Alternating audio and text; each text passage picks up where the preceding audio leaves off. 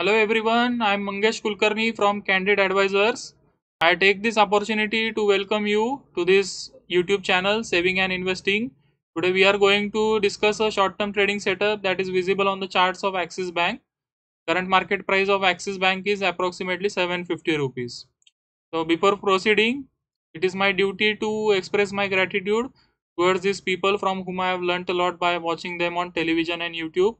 So Mr. Ramdev Agarwal, Mr. Prakash Gaba and Mr. Anuj Singhal. Now if you have not subscribed to our channel, please do it so that you don't miss any important stock analysis for long-term investment and short-term trading. Now let's quickly go to the charts of Axis Bank. As it is clearly visible, the medium-term trend is upwards. Then this consolidation started from 16th February. Again, the important point is this is a consolidation or correction because of lack of buying. So whoever has bought during this time, the stock went up from this 610 level to 800 level. So approximately a 30% rally happened in a matter of 10 to 12 trading sessions, and while coming down, stock has taken approximately 3 months. So this indicates the strength of the uptrend, and this uptrend is likely to resume. Another point is this was the level 620 rupees. So it has formed a double bottom. During this time also it went up from 620 levels 28th January, and again the same thing repeated on 13th April. Then another interesting thing I will show you. Now the short term uptrend has also started from this level. Now inverted head and shoulders is visible on this daily chart. To make it clear, I will switch to hourly charts.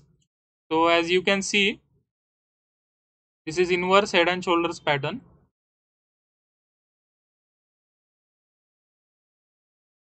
and the stock has given a breakout of this level. So approximately on 21st May. Then after the breakout, as you can see, this was a very tight range. So 750 and 730. So it was moving in a very tight range of 20 rupees. So I think this was because of expiry. So the stock was not allowed to go up.